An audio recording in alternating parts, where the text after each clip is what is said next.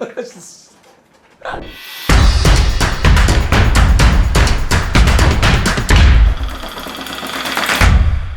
perspective's vibration. Okay, cool. Sound and audio recorded. And 3, 2, 1. Okay. បាទស្រីទាំងអស់គ្នាជំរាបសួរ បាទស្រីទាំងអស់គ្នាស្វាគមន៍មកកាន់ Your Perspective Vibration ដូចតារាបាន mention អញ្ចឹងគឺតារាហើយនឹង partner របស់គាត់បាន start YouTube Your Perspective Frequency ហើយដូចគ្នាជាមួយខ្ញុំដែរខ្ញុំហើយនឹងមិត្តភ័ក្តិរបស់ខ្ញុំយើងនឹង start Your Perspective Vibration ហើយសង្ឃឹមថាអ្នកទាំងអស់គ្នានឹងបន្តគ្រប់គ្រង program របស់យើងដែលជា sub program មួយនៅក្នុងprogram របស់ Your Perspective អ្វីគឺអត់មានការផ្លាស់ប្ដូរទេដូចអ្នកនរដឹងអញ្ចឹងតាំងពីឆ្នាំ2000ចុងឆ្នាំ2019ខ្ញុំហើយនឹងតារាយើង start Your Perspective ជាមួយគ្នាហើយបន្ទាប់មកដល់ឥឡូវវាចូលរយៈពេល6ឆ្នាំហើយយើងក៏បានធ្វើ cover តាក់ទងនឹង episode ច្រើនដែរអញ្ចឹងឥឡូវនេះគឺជាពេលវេលាមួយដែលយើងត្រូវ branch off យើងនឹងបែកសាខារបស់យើងហើយយើងនឹងធ្វើជា talk show ដែលខ្ញុំហើយនឹងដៃគូរបស់ខ្ញុំតិចទៀតអ្នកនរគ្នានឹងឃើញមុខឡើយ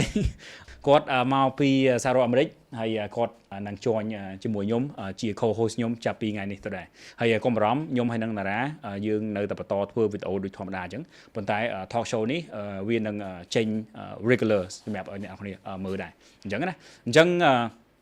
សង្ឃឹមថាអ្នកនរគ្នានឹងបន្តគ្រប់គ្រងរបស់យើងអញ្ចឹងកុំឲ្យចាំយូរខ្ញុំគិតថាគាត់ top អីនៅក្នុង mass ហ្នឹងso 3, 2, 1 show yourself Oh man សួស្តីអ្នកនរគ្នាខ្ញុំបាទឈ្មោះ Kino ដូចពីគាត់និយាយអញ្ចឹងខ្ញុំតម្រូវស្រុកខ្មែរបានប្រហែលឆ្នាំ so ភាសាខ្មែរខ្ញុំក៏តាមនឹងដែរបាទថ្ងៃនេះខ្ញុំក៏ចង់និយាយថាខ្ញុំជា member ថ្មីរបស់ Your Perspective ហើយក៏ co-host របស់ Vibration ដែរអញ្ចឹងណាចុះlet's not wait any longer let's start Okay អូខេអញ្ចឹង program ដែលខ្ញុំធ្វើនេះគឺប្លែកពីតារាតិចដូចតារាគាត់ធ្វើ more តាក់ទងរឿង serious អញ្ចឹងសម្រាប់យើងគឺយើង chill ទេអញ្ចឹងណាអញ្ចឹងហើយផងដែរដោយសារ co-host របស់ខ្ញុំគាត់ជាខ្មែរអាមេរិកអញ្ចឹងភាសាខ្មែរគាត់នៅមានកម្រិតអញ្ចឹង episode របស់យើងឬក៏ Your Perspective Vibration អ្នកនរគ្នានឹងឃើញវាជាភាសាអង់គ្លេសហើយភាគច្រើនគឺយើងធ្វើជាភាសាអង់គ្លេសដោយសារតែទី1គឺយើងចង់ go internationally ដែរទី1ទី2គឺសម្រាប់អ្នកដែលចង់ពង្រឹងភាសាអង់គ្លេសអ្នកទាំងនេះអាចមើល episode នេះបានមិនថាយើងចូលនិយាយអង់គ្លេសនិយាយអីទេប៉ុន្តែដោយសារ challenge របស់គាត់គឺគាត់ពិបាកនៅក្នុងការ communicate ជាខ្មែរដែរហើយយើងនឹងដាក់ subtitle ជាភាសាអង់គ្លេសនៅខាងក្រោមពេលណាដែលយើងនិយាយអង់គ្លេសដែរអញ្ចឹងអ្នកទាំងនេះអាច start practicing ហើយបើសិនអ្នកទាំងនេះថាអូអត់ចង់មើលភាសា episode ដែលនិយាយអង់គ្លេសទេអ្នកទាំងនេះអាចទៅមើល Your Perspective Frequency បានអូខេអញ្ចឹងកុំឲ្យខាតពេលយូរយើងចូល topic របស់យើងអូខេអញ្ចឹង Kino ខ្ញុំគិតថា viewer គាត់ចង់ដឹងឬក៏ score Kino អីអញ្ចឹង so maybe you could give a little bit of your introduction Okay can Okay so ខ្ញុំឈ្មោះ Kino ខ្ញុំមកពី United States នៅរដ្ឋ Ohio ហើយខ្ញុំមករស់នៅស្រុកខ្មែរបាន3ឆ្នាំនិយាយទៅខ្ញុំមូមកស្រុកខ្មែរវិញព្រោះអីខ្ញុំឃើញថាអាមេរិកហ្នឹងវាញ៉ៃវានិយាយទៅពេលយើងអត់ខ្លាំងគឺគេមើលងាយយើងហ្មងអាហ្នឹងទី1ទី2គឺពុនយើងនៅស្រុកខ្មែរនេះយើងគិតថាពុនច្រើនតែនៅអាមេរិកច្រើនណាយើងបើកលុយមួយខែយើងបើកលុយ2ដងហើយម្ដងគេពុនយើង 33% និយាយទៅយើងគិតណាច្រើនណាហើយទី3ខ្ញុំដឹងថាអាត្រមតវាឡើងគឺញ៉ៃហ្មង so ខ្ញុំមនុស្សស្រុកខ្មែរវានិយាយទៅ peaceful ហ្មងអញ្ចឹងcool yeah ហើយហងៃ Kino ធ្វើការនៅធ្វើការហ្នឹងហើយរងថ្ងៃខ្ញុំនៅធ្វើការតែខ្ញុំនៅធ្វើការខាង sale បាទខ្ញុំធ្វើការខាងក្រុមហ៊ុនដឹកជញ្ជូនអន្តរជាតិអញ្ចឹងអូខេ cool អញ្ចឹងហ្នឹងហើយនេះគ្រាន់ជា brief introduction តិចតាក់ទងនឹង co-host របស់ខ្ញុំអញ្ចឹងតាក់ទងនឹង program របស់យើងគឺយើងព្យាយាម release ពីអាទិត្យម្ដងដើម្បីឲ្យអ្នកទាំងគ្នាអាចមើលដែរហើយអ្វីដែលយើងធ្វើគឺយើងនឹង recap world event or what's happening in the world ហើយយើងនឹង បញ្យល់អ្នកនរគ្នាឬក៏ប្រាប់អ្នកនរគ្នាតិចតិចហើយ episode ទាំងអស់នេះគឺជា long form content that you can enjoy while you are driving or you you know you doing something so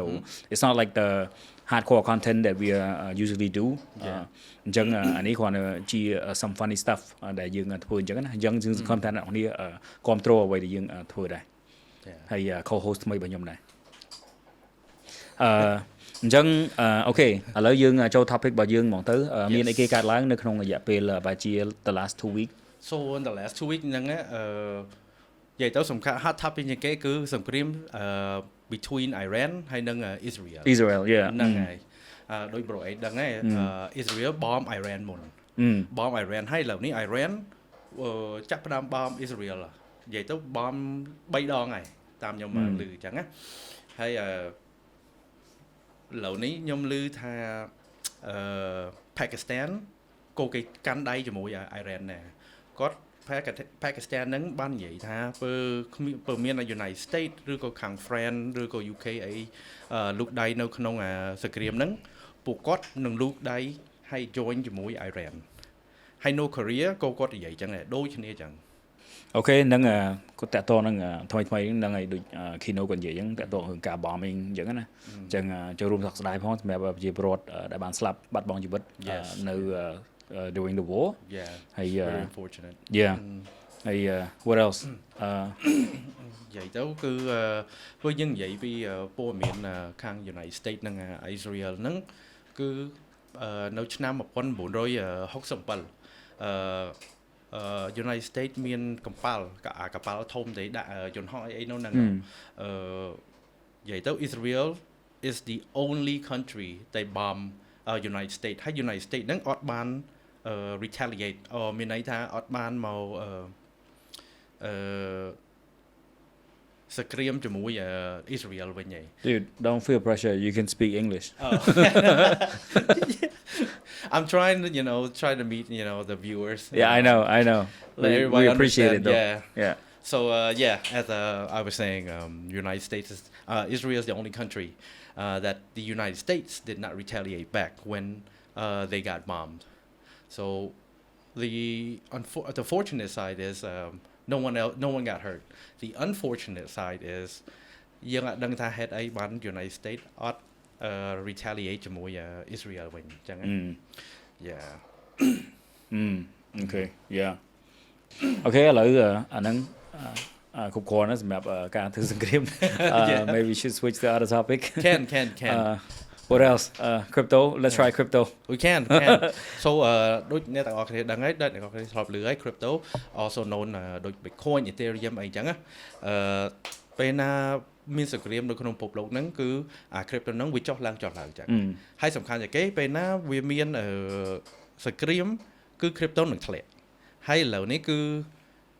វាធ្លាក់ខ្ញុំ tell me about it man. yeah I know because my money go down ខ្ញុំឲ្យ Kino អ្នកលេង crypto មិនថាលេងយើង spot ទុកអញ្ចឹងណាអញ្ចឹងយើងទិញអញ្ចឹងហើយសម្រាប់អ្នកអត់ដឹង crypto គឺជា another form of currency ដែលវាអត់មានជារូបរាងអត់មានអីទេ so basically you just buy money in there ប៉ុន្តែបើសិនយើង fortunate យើងទិញចំពេលត្រូវហើយដល់ពេលវាឡើងយើងលក់ទៅដូចយើងលក់ទិញមាសលក់មាសអញ្ចឹងណាដូចគ្នា right ហើយហាងឆេងក៏ដូចគ្នាដូចមាសដែរចុះឡើងអញ្ចឹងណាហើយពេលណាយើងទិញយើងសង្កេតមើលថាឥឡូវនេះវាចុះអូខេហើយពេលវាចុះយើងគិតថាវា10បាតហើយវានឹងឡើងវិញពេលវាឡើងយើងលក់វាទៅយើងចំណេញតែឥឡូវនេះខ្ញុំសួរ bro អីតិចឥឡូវនេះ bro អីមានកាក់អីខ្លះ I don't even know I want to do it here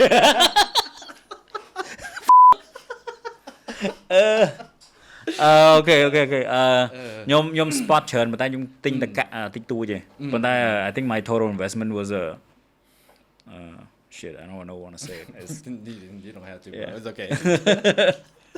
it's a lot វាច្រើនប៉ុន្តែឥឡូវ it's not a lot វាចុះធ្លាក់កាក់ខ្ញុំទិញធ្លាក់អស់ប្រហែលជា 90% yeah that's a lot yeah that's all I can say ខ្ញុំនិយាយទៅខ្ញុំសំណាងព្រោះខ្ញុំលេង crypto ហ្នឹងតាំងពីយូរណាស់ហើយខ្ញុំលេងតាំងពីឆ្នាំដូចជា2016 2017 ហើយមកហឹកហ្នឹងកាក់តែខ្ញុំទិញហ្នឹងនិយាយទៅវាបាទហ្មងដូច for example XRP ចាស់ XRP ខ្ញុំទិញមកហឹកហ្នឹងគឺ 0.003 សេន wow យ៉ា ហើយ XRP ឡើងប្រហែល$2 $3ហ្នឹង ហ្នឹងហើយឡើងដល់$2ជាង bull run ចុងក្រោយគេហ្នឹង$3កន្លះ something 3 60 សេនហើយប្រហែលគិតមកយើងទិញពីបាទមកដល់ហ្នឹងយើងទិញតែ 100000 កាក់ហ្នឹងនិយាយទៅលុយតិចទេ 100000 កាក់តែយើងលក់វិញច្រើន មែននិយាយទៅខ្ញុំអារឿង crypto ខ្ញុំសំណាងខាងហ្នឹងបាទ so ឥឡូវនេះទោះបីខ្ញុំធ្លាក់អា crypto វាធ្លាក់ក៏ដោយក៏វាធ្លាក់អាលុយចំណេញដែរវាអត់ធ្លាក់អាលុយដើមយើងវិញអាលុយដើមយើងដកវិញអស់ហើយអញ្ចឹងណាហ្នឹងហើយenough about crypto ឥឡូវនេះខ្ញុំចង់សួរ bro អីវិញ bro អីមិនឃើញអីគេហៅអីអា Boogosphere នៅក្នុង Colombia ឃើញអាហ្នឹង Boogosphere តាមពិតគេខ្ញុំមកធ្វើ topic ហ្នឹងម្ដងហើយថាវា interesting ដែរអញ្ចឹងណាអា sphere ហ្នឹង basically it's shaped like a football right ហើយវាអត់មានសណាម សណាមផ្សារព្រោះតាមធម្មតាបើសិនបច្ចេកវិទ្យាពីពិភពលោករបស់យើងគឺយើងនឹងឃើញសណាមផ្សារទោះបីអីក៏ដោយពីច្រើនដុំអីក៏ដោយគឺយើងមានសណាមតសណាមផ្សារអញ្ចឹងណាប៉ុន្តែអាមួយនេះគឺវាអត់មានអីទេហើយ Boogosphere ហ្នឹងតែពិតវាធ្លាក់នៅ Buga Colombia នៅ នៅ Colombia អញ្ចឹងនៅក្នុងតំបន់មួយគេហៅ Buga អញ្ចឹងបានគេហៅ Boogosphere ហ្នឹងហើយខ្ញុំឮថាគេមានអីគេហៅ hieroglyphics ហ្នឹងហើយ hieroglyphic ហ្នឹងគេដល់ពេលគេ decode ទៅគេឃើញដូចជា message មួយមកពីមនុស្សពុកក្រៅអញ្ចឹងប៉ុន្តែbelieve that I think it more like a topic later for to be discussed but okay cool and ហើយតើតើ Boogosphere ហ្នឹងប្រហែលជាយើងអាចធ្វើ video separately តើតើហ្នឹងអញ្ចឹងណាប៉ុន្តែ but I talk about that man I still think it's the technology from somewhere else you know because it looked like the technology that we haven't achieved yet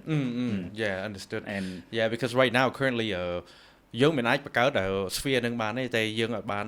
weld គេហៅអីផ្សារហ្នឹងហើយតែយើងអត់មានផ្សារអញ្ចឹងណា so ខ្ញុំឮថា NASA ឥឡូវនេះគេរកឃើញពិភពមួយទៀតពិភពហ្នឹងគេថាមានទឹកមានខ្យល់ or something like that bro អីមិនឮ wait let me look it up okay so it say NASA's James Webb Telescope has detected water vapor and methane on the exoplanet WAP SB 121b fascinating discovery actually yeah គាត់គេខ្ញុំក៏ឮថាគេនិយាយថាពិភពលោកហ្នឹងអាចមានខ្យល់តែមនុស្សលោកអាចទៅនៅនឹងបានទៅអត់អាហ្នឹងភាគច្រើន scientist គេចេះតែមាន detection ណាភាគច្រើនអញ្ចឹងណាតែ James Webb Telescope ដូចយើងឃើញអញ្ចឹងរូបថតដែលវាបង្ហាញថ្មីហ្នឹងគឺថតចេញមកគឺស្អាតមែនតើ you know that one I covered that topic on one of my episode too okay but it's beautiful it's one of the most powerful telescope that human ever created wow how we capture astonishing it's so powerful what's the telescope name James Webb Telescope James Webb Telescope my no mà you way there lư bro shit no but I mean it's up in the air already so I thought it was the telescope that's here on Earth no I mean so they floated to the space so it's kind of like a satellite then so act like satellite basically but it's I think it's like 2 million kilometers or something like that because this one project ហ្នឹងគឺប្រហែលជា$10 លានសុំទោស no 10 លាន$10 billion ដែលគេ invest ទៅលើហ្នឹងណាហើយ project ហ្នឹងគឺទៅគឺនឹងបោះចោលហើយហេតុអីដោយសារគេ launch I think a few years back maybe 2 or 3 years already ហើយគេ launch វាទៅ in the space ហើយគេ float វាទៅហ្មងហើយ float ប្រហែលជា2 លានគីឡូ something 2-3 លានគីឡូហើយ there's ហើយ I think វានឹងthey projected to die in like 10 years time ព្រោះដោយសារthe កន្លែងទុកសាំងរបស់វាគឺ support បានតែត្រឹមដល់10ឆ្នាំទេហើយបន្ទាប់ពី10ឆ្នាំទៅ there was no way to recover that back because there's no way that human can fly or I mean travel to space more than you know this much so និយាយទៅអា telescope ហ្នឹងពេលណាវាអស់ជីវិតវាហើយគេឲ្យវា rotate around the earth មក Is that no the way? វាមិនមែន rotate around the earth គេដាក់វានៅតំបន់មួយដែលតំបន់ហ្នឹងគឺខាង scientist គឺគេ discover ហើយគេគិតថាកន្លែងហ្នឹងគឺអត់សូវមានជា how do you say it gravity ទេអត់សូវមានជា gravity ដាក់ចឹងទៅបានវាអត់សូវ travel អញ្ចឹងបានព្រោះហូបទាំងអស់ហ្នឹងគឺគេត្រូវការថតជា long exposure ហើយអញ្ចឹង it had to stay in a single place not even move ហើយអាកន្លែងហ្នឹងគឺជាកន្លែងដែលastronomer គេដឹងថាជាកន្លែងមួយដែលអត់សូវមាន gravity អត់សូវវិលហោះអញ្ចឹងបានវាអាចថត beautiful picture of the galaxy planet yeah and it's really powerful yeah ខ្ញុំមិនដែលឮផងនិយាយតាមត្រង់ yeah I know មកចុចមកមិនខ្សែខ្ញុំចំណាំអត់ដែលឮ what else we got uh yeah basically it yeah អញ្ចឹងដូចជាអត់មានអីទៀតទេខ្ញុំគិតថាយើង wrap up main event ដែលកើតឡើងក្នុងរយៈពេល2អាទិត្យចុងក្រោយហ្នឹងឲ្យអ្នកនរគ្នាហើយអរគុណដែលបានតាមដានដល់ចប់ហើយសង្ឃឹមថាយើងនឹងត្រឡប់មកវិញរយៈពេល2អាទិត្យទៀតដើម្បី entertain អ្នកនរគ្នាដែរអញ្ចឹងអរគុណយើងជួបគ្នា2អាទិត្យទៀត bye bye bye bye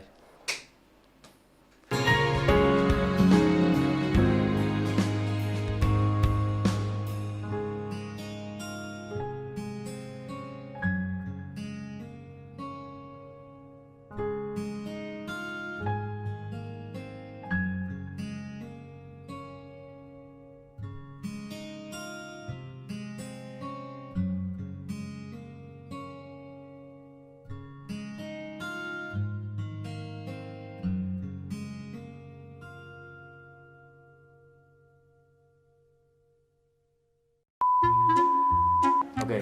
try to put it back on right maybe talk a little bit about your how you grew up and what do you mean